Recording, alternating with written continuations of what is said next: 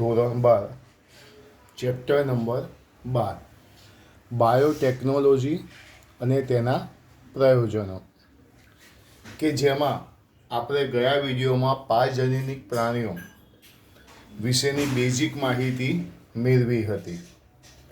પાજનીનિક પ્રાણી એવા પ્રાણીઓ કે જેમના ડીએનએને તબદીલ કરવામાં આવેલ હોય અને તેમાં વિદેશી જનીન વ્યક્ત થતા હોય તો તેમને પાજનીનિક પ્રાણી કહેવામાં આવે છે.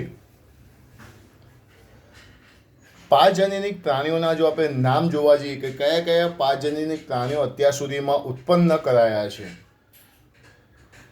તો તેમાં આવે ઉંદર, સસલા, ભૂંડ, ઘેટા, ગાય, માછલીઓ. જો કે પ્રવર્તમાન હાલની પરિસ્થિતિમાં પાજનીનિક પ્રાણીઓમાં 95% વધારે શું છે? ઉંદરો છે. તો આવા પાજનીનિક પ્રાણીના ઉત્પાદન માટેના સામાન્ય કારણો કયા કયા? પાજનીનિક પ્રાણીઓના ઉત્પાદન માટેના સામાન્ય કારણો જોવા જઈએ તો આપણને 5 જેવા જોવા મળે. સામાન્ય દેહધર્મ વિદ્યા અને વિકાસ, રોગનો અભ્યાસ, જૈવિક નિપજો, રસી સુરક્ષા અને છેલ્લે રાસાયણિક સુરક્ષા પરીક્ષણ.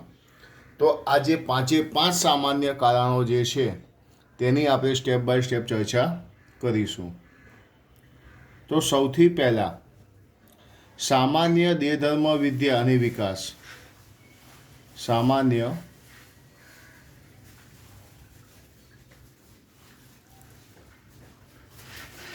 દેહધર્મ વિદ્યા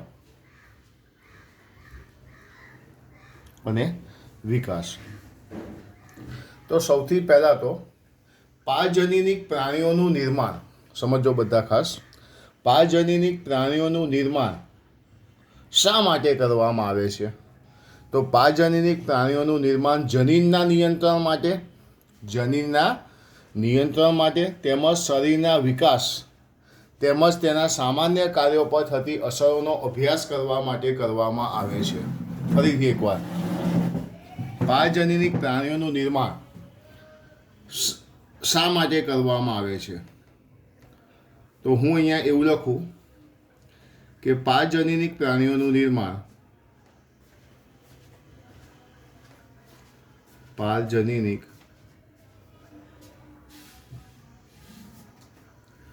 પ્રાણીઓનું નિર્માણ જનીનના નિયંત્રણ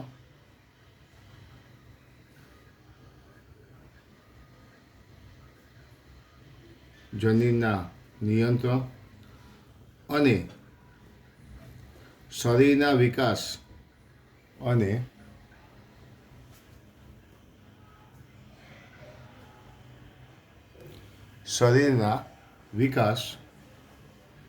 તેમજ સામાન્ય કાર્યો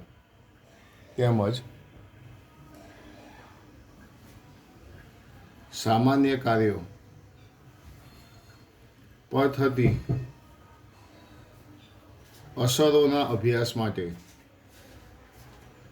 અસરોના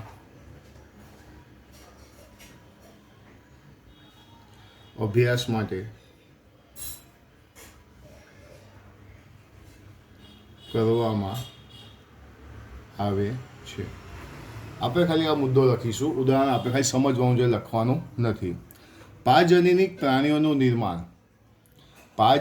પ્રાણીઓનું નિર્માણ જનીનના નિયંત્રણ અને શરીરના વિકાસ તેમજ સામાન્ય કાર્યો પર થતી અસરોના અભ્યાસ માટે કરવામાં આવે છે. ઓકે, જેમ કે વૃદ્ધિ માટે જવાબદાર અંતઃસ્રાવ ઇન્સ્યુલિન છે. ઇન્સ્યુલિનનો અભ્યાસ કરવો છે તો એના માટે થઈ શકે છે.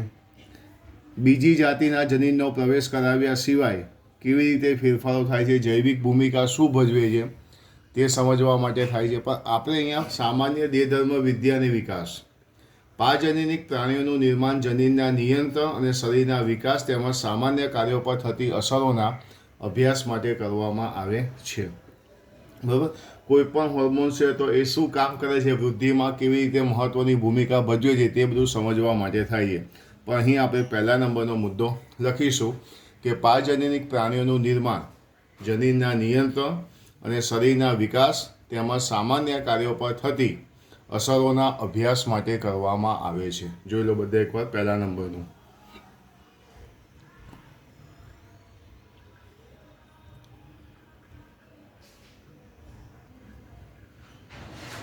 ચલો હવે બીજા નંબરમાં આવશે. બીજું સામાન્ય કારણ હતું રોગનો અભ્યાસ.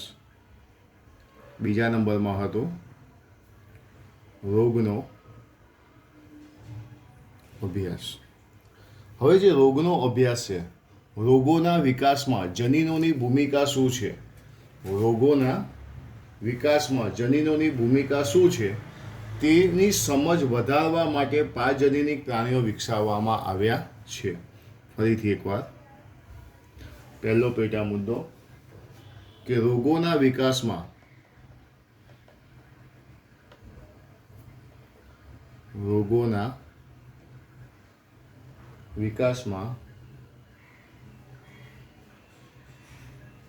જનીનોની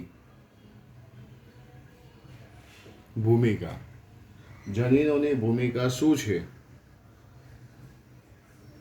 જનીનો શું ભાગ ભજવે છે, એની ભૂમિકા શું છે તે માટેની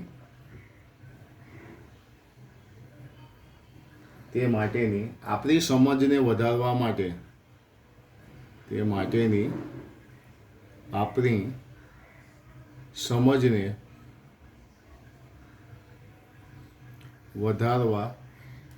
માટે ચોક્કસ પ્રકારના પાજનીનિક પ્રાણીઓ વિકસાવાયા છે. ચોક્કસ પ્રકારના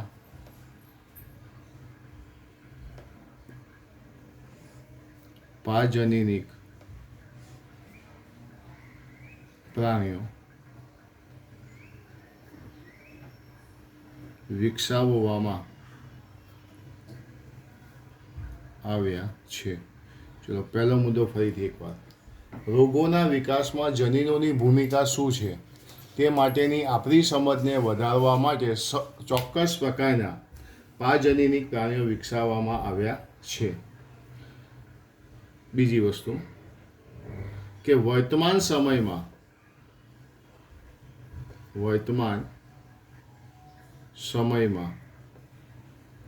કેન્સર, સિસ્ટિક ફાઇબ્રોસિસ,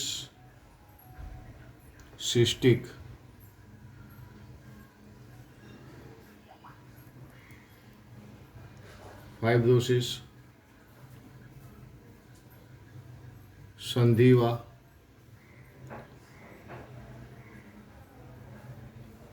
અલ્ઝાઇમર જેવા ઘણા માનવ રોગો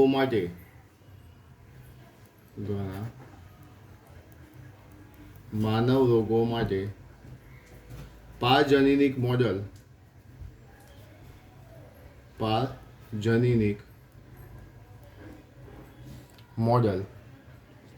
ઉપલબ્ધ છે.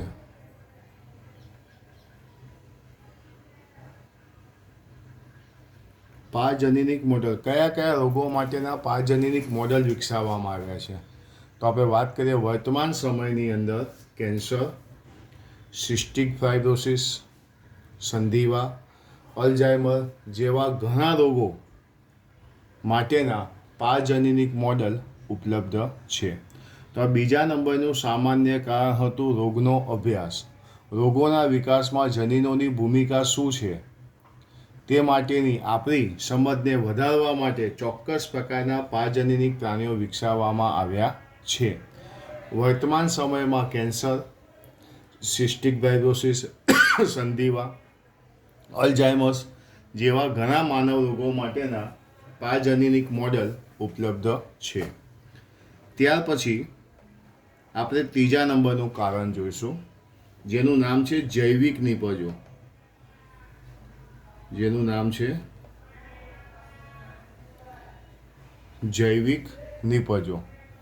ચલો જૈવિક નિપજોની અંદર સૌથી પહેલી વસ્તુ, માનવ રોગોની સારવાર માટે કોની જરૂર પડે?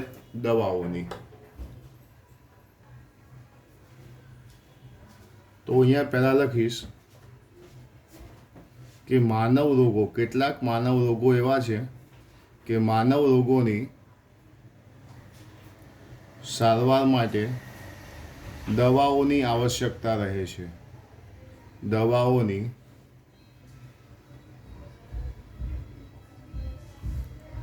આવશ્યકતાઓ રહે છે.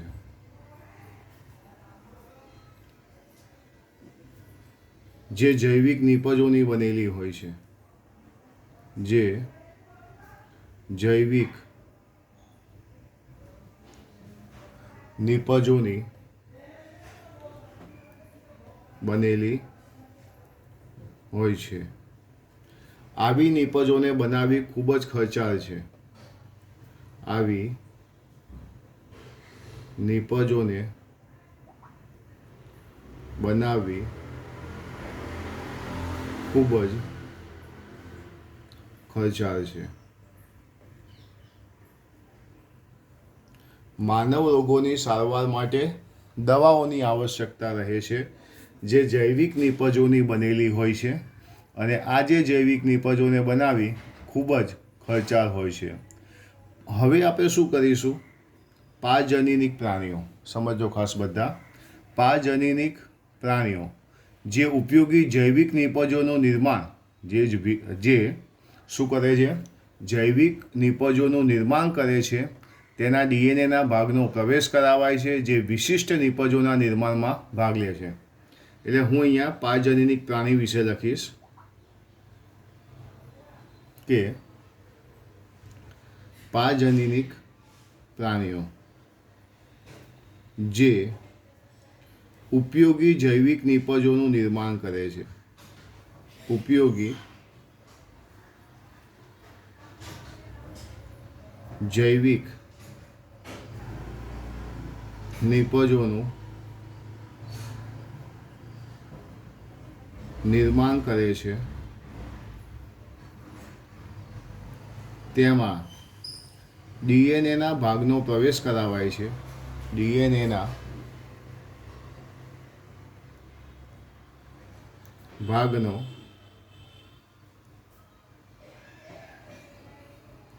પ્રવેશ કરાવાય છે જે વિશિષ્ટ નિપજોના નિર્માણમાં ભાગ ભજવે છે. જે વિશિષ્ટ નિપજો જે વિશિષ્ટ નિપજોના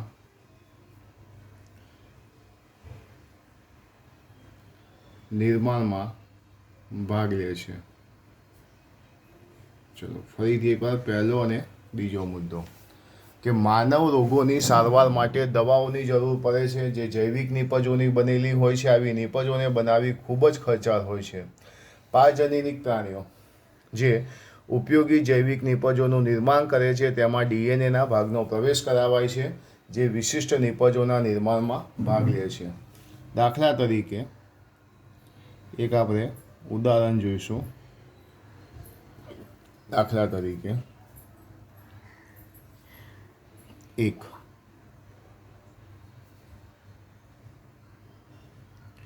માનવ પ્રોટીન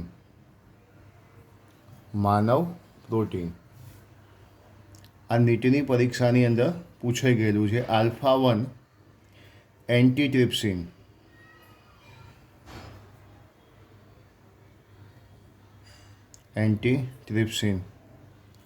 નો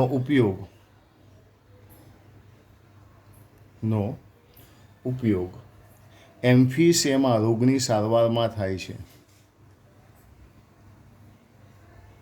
એમ્ફીસેમા રોગની સારવાર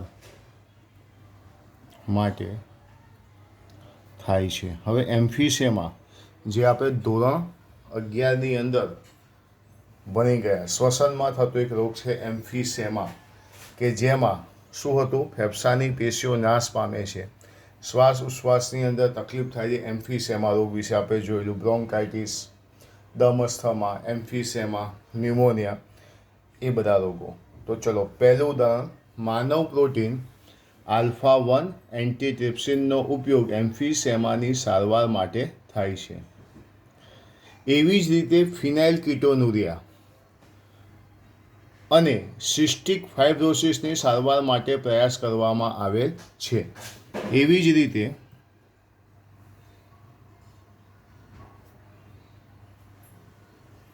જ રીતે ફિનાઇલકીટોનુરિયા જે જન્મજાત ચયાપચયની ખામીથી થતો રોગ છે. ચેપ્ટર નંબર 5માં આપણે જોયેલું ફિનાઇલકીટોનુરિયા, જેને PKU કહેવાય. ફિનાઇલકીટોનુરિયા, આલ્કેપ્ટોનુરિયા, આ બધા કેવા હતા? જન્મજાત ચયાપચયની ખામીથી થતા રોગ. એવી જ રીતે ફિનાઇલકીટોનુરિયા અને સિસ્ટિક ફાઇબ્રોસિસ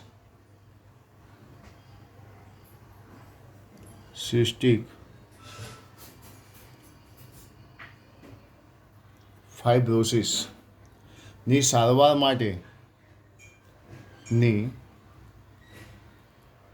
સારવાર માટે પ્રયાસ કરવામાં આવેલ છે.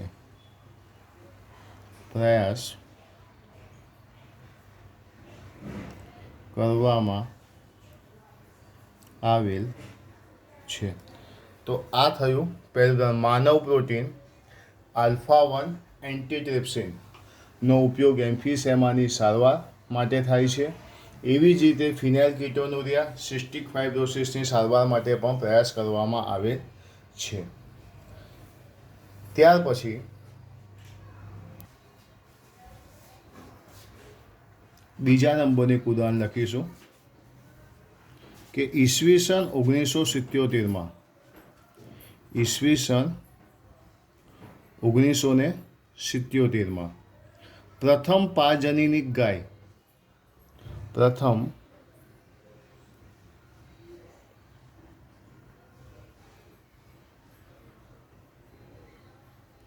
પાજનીનિક ગાય જેનું નામ હતું રોઝી.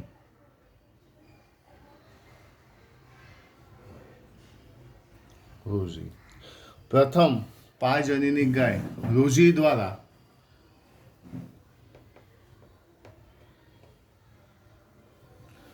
માનવ પ્રોટીન સભર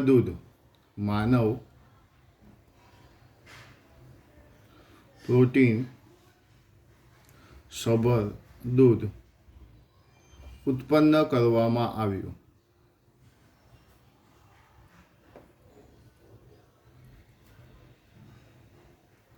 પાજનીનિક ગાય સૌથી પહેલાં 1977માં રોઝી, કે જેમાંથી માનવ પ્રોટીન સભર, કે જેમાં પ્રોટીન ભરપૂર હોય તેવું દૂધ ઉત્પન્ન કરવામાં આવ્યું. બરાબર. આ દૂધમાં જ એવું હતું કે 1 લીટર દૂધમાં 2.4 ગ્રામ પ્રોટીન 2.4 ગ્રામ શું હતું? પ્રોટીન ઉત્પન્ન કરવામાં આવ્યું. આ દૂધ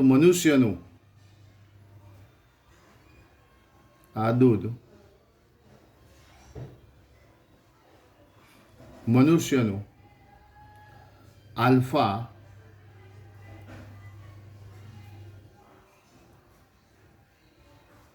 લેક્ટાબ્યુમિન ધરાવે છે.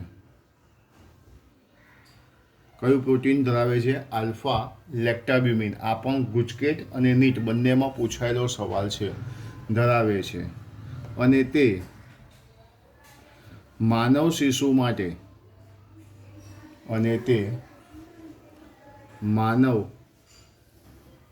શિશુ માટે ગાયના કુદરતી દૂધ કરતાં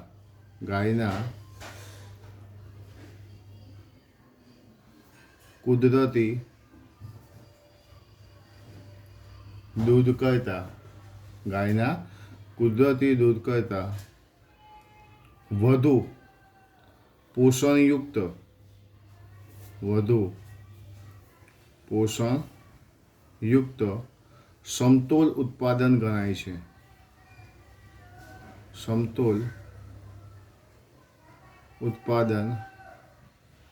ગણાય છે. તો આજે બીજા નંબરનું જે એક્ઝામ્પલ જે છે એકવાર બધા જોઈ લો. ઈસવીસન 1977 વાળું. પ્રથમ પાજનીનિક ગાય રોઝી દ્વારા માનવ પ્રોટીનસભર દૂધ ઉત્પાદન કરવામાં આવ્યું, જેના 1 લીટર દૂધમાં 2.4 ગ્રામ પ્રોટીન હતું. આ દૂધ મનુષ્યનું આલ્ફા લેક્ટાબ્યુમિન પ્રોટીન ધરાવે છે, કે જે માનવ શિશુ માટે ગાયના કુદરતી દૂધ કરતાં વધુ પોષણયુક્ત અને સમતોલ ગણાય છે. તો આ આપણે જોયું જૈવિક નિપજો વિશે. ફરીથી એકવાર, માનવ રોગોની સારવાર માટે દવાઓની આવશ્યકતા રહે છે, જે જૈવિક નિપજોની બનેલી હોય છે. આવી નિપજોને બનાવવી ખૂબ જ ખર્ચાળ હોય છે. પારજનીનિક પ્રાણીઓ જે ઉપયોગી જૈવિક નિપજોનું નિર્માણ કરે છે, તેના ડીએનએના ભાગનો પ્રવેશ કરાવાય છે, જે વિશિષ્ટ નિપજોના નિર્માણમાં ભાગ લે છે. પછી આપણે 2 એક્ઝામ્પલ જોયા. પહેલું એક્ઝામ્પલ હતું માનવ પ્રોટીન આલ્ફા-1 એન્ટીટ્રિપ્સિનનો ઉપયોગ એમ્ફીસેમા રોગની સારવાર માટે થાય છે. એવી જ રીતે ફિનાઇલકીટોનુરિયા અને સિસ્ટિક ફાઇબ્રોસિસની સારવાર માટે પણ પ્રયાસ કરવામાં આવેલ છે. ત્યાર પછી આપણે બીજા નંબરનું એક્ઝામ્પલ જોયું ઈસવીસન 1977માં. પ્રથમ પાજનીનિક ગાય રોઝી દ્વારા માનવ પ્રોટીનસભર દૂધ ઉત્પાદન કરવામાં આવ્યું, જે 1 લીટર દૂધમાં 2.4 ગ્રામ 1 લીટર દૂધમાં 2.4 ગ્રામ પ્રોટીન ધરાવે છે. આ પ્રોટીન મનુષ્યનું આલ્ફા લેક્ટાબ્યુમિન છે. તે માનવ શિશુ માટે ગાયના કુદરતી દૂધ કરતાં પણ વધુ પોષણયુક્ત સમતોલ ઉત્પાદન ગણવામાં આવે છે. તો જૈવિક નિપજો પછી આપણે જોઈશું નવો મુદ્દો. નામ છે રસી સુરક્ષા. નામ છે રસી સુરક્ષા, કે જેમાં આપણે વેક્સિન સેફ્ટી વિશેની વાત આપણે કરીશું. રસી સુરક્ષાની અંદર સૌથી પહેલી આપણે વાત કરીએ તો મનુષ્ય પર ઉપયોગ કરતા પહેલાં મનુષ્ય પર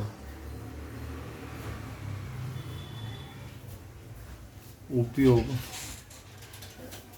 કરતા પહેલાં રસીની સુરક્ષા માટેના પરીક્ષણ રસીની સુરક્ષા માટેના પરીક્ષણ કરવા માટે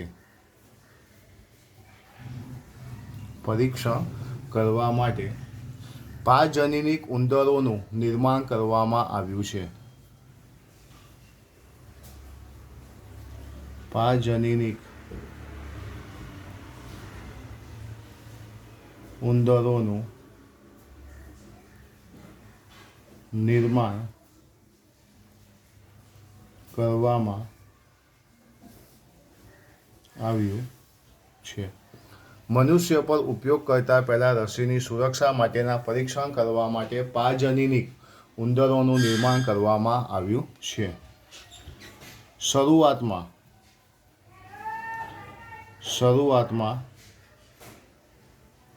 પાજનીનિક ઉંદરોનો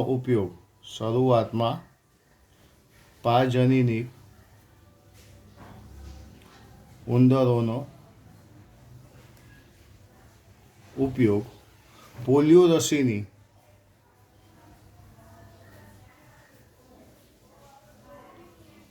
રસીની સુરક્ષાના પરીક્ષણ માટે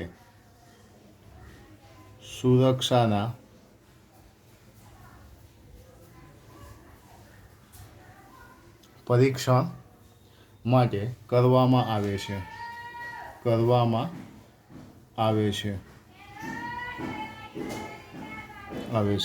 જો આ પ્રયોગ સફળ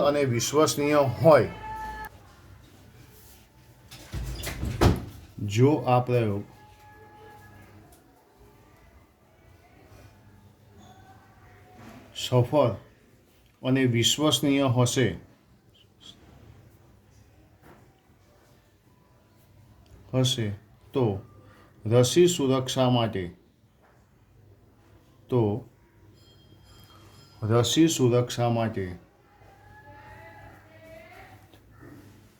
વાનરના સ્થાને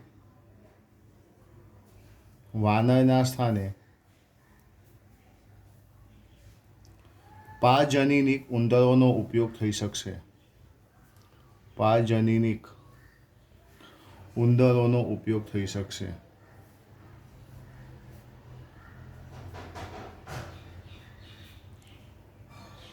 પહેલાં શું છે, વાનર ઉપર અભ્યાસ થતો હતો, પણ જો આ પ્રોસેસ સક્સેસફુલ થાય તો આપણે પાજનીનિક ઉંદર ઉપર તેનો અભ્યાસ કરીશું અને વેક્સિન સેફ્ટી કે મનુષ્ય પર ઉપયોગ કરતાં પહેલાં રસીની સુરક્ષા માટેના પરીક્ષણ કરવા માટે પાજનીનિક ઉંદરોનું નિર્માણ કરવામાં આવ્યું છે. શરૂઆતમાં પાજનીનિક ઉંદરનો ઉપયોગ પોલિયો રસીની સુરક્ષાના પરીક્ષણ માટે કરવામાં આવે છે. જો આ પ્રયોગ સફળ અને વિશ્વસનીય હશે તો રસી સુરક્ષા માટે વાનરના સ્થાનને તપાસ કરવા માટે વાનરના સ્થાને પાજનીનિક ઉંદરનો ઉપયોગ થઈ શકશે. તો આપણે જે પાજનીનિક પ્રાણીઓના ઉત્પાદન માટેના સામાન્ય કારણો જોઈએ છે, તેમાં આપણે 4 કારણો વિશેની માહિતી મેળવી. સૌથી પહેલાં મેળવી સામાન્ય દેહધર્મ વિદ્યા અને વિકાસ. બીજા નંબરમાં જોયો રોગનો અભ્યાસ. ત્રીજું જોયું જૈવિક નિપજો અને ચોથું જોયું રસી સુરક્ષા. હવે રસી સુરક્ષા પછી આપણી પાસે 5મા નંબરમાં આવશે રાસાયણિક સુરક્ષા. રાસાયણિક સુરક્ષા એટલે કે પરીક્ષણ. રાસાયણિક સુરક્ષા પરીક્ષણ. રાસાયણિક પરીક્ષણ કે જેને વિષારિતા પરીક્ષણ તરીકે ઓળખવામાં આવે છે. રાસાયણિક સુરક્ષા. પહેલાં આપણે લખીશું કે આ વિષારિતા સુરક્ષા પરીક્ષણ તરીકે પણ ઓળખાય છે. પરીક્ષણ તરીકે ઓળખાય છે. પહેલો મુદ્દો, આ વિષારિતા સુરક્ષા પરીક્ષણ તરીકે પણ ઓળખાય છે. ત્યાર પછી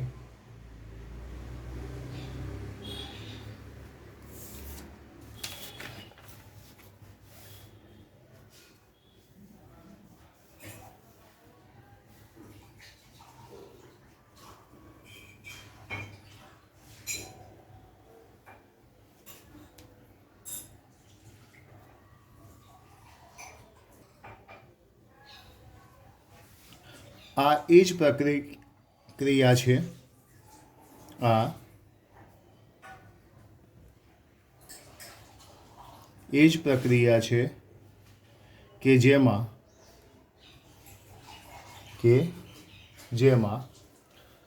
દવાઓની વિષારિતાનું પરીક્ષણ કરવામાં આવે છે. દવાઓની વિષારિતાનું પરીક્ષણ કરવામાં આવે છે.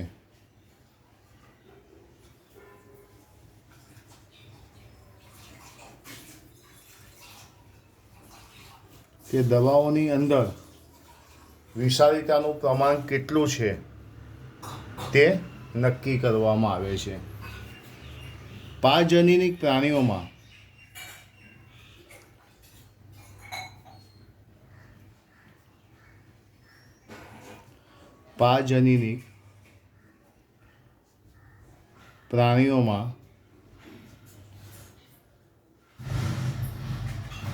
જોવા મળતા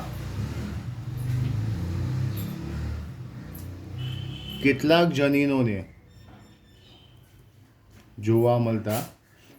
જનીનોને આવા વિષારી પદાર્થો પ્રત્યે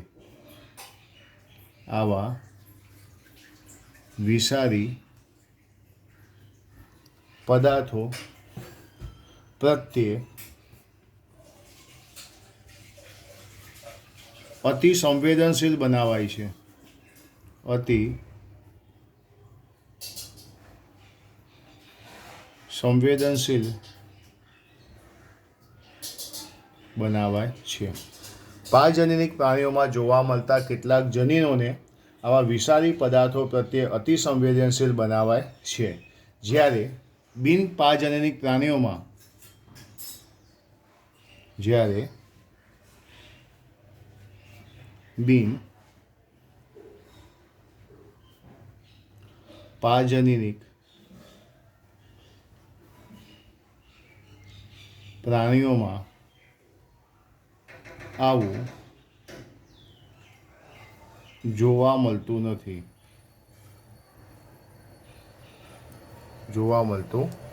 જ્યારે બિન પારજનીનિક પ્રાણીઓમાં આવું જોવા મળતું નથી. પારજનીનિક પ્રાણીઓને આવા વિષારી પદાર્થોના સંપર્કમાં લાવ્યા બાદ તેમાં ઉત્પન્ન થતી અસરોનો અભ્યાસ કરવામાં આવે છે કે આ વિષારી પદાર્થોના સંપર્કમાં લાવ્યા શું થશે તેનું આપણે પરીક્ષણ કરીએ છીએ અને ટૂંક સમયમાં આપણને તેનું શું થાય છે, પરિણામ પ્રાપ્ત થાય છે. તેના પછી આપણે લખીશું છેલ્લી વસ્તુ, પારજનીનિક પ્રાણીઓને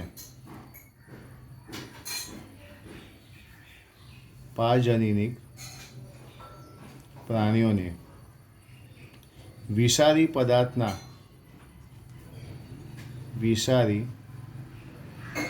પદાર્થોના સંપર્કમાં લાવ્યા બાદ ઉત્પન્ન થતી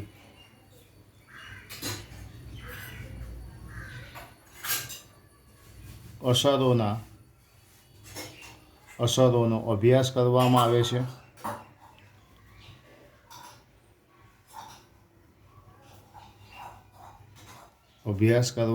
છે. તથા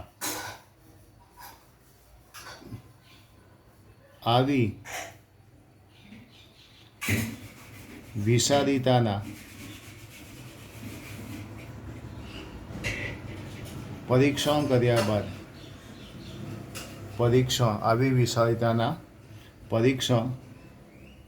બાદ આપણને ટૂંકા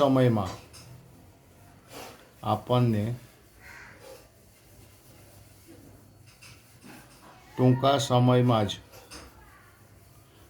પરિણામ પ્રાપ્ત થાય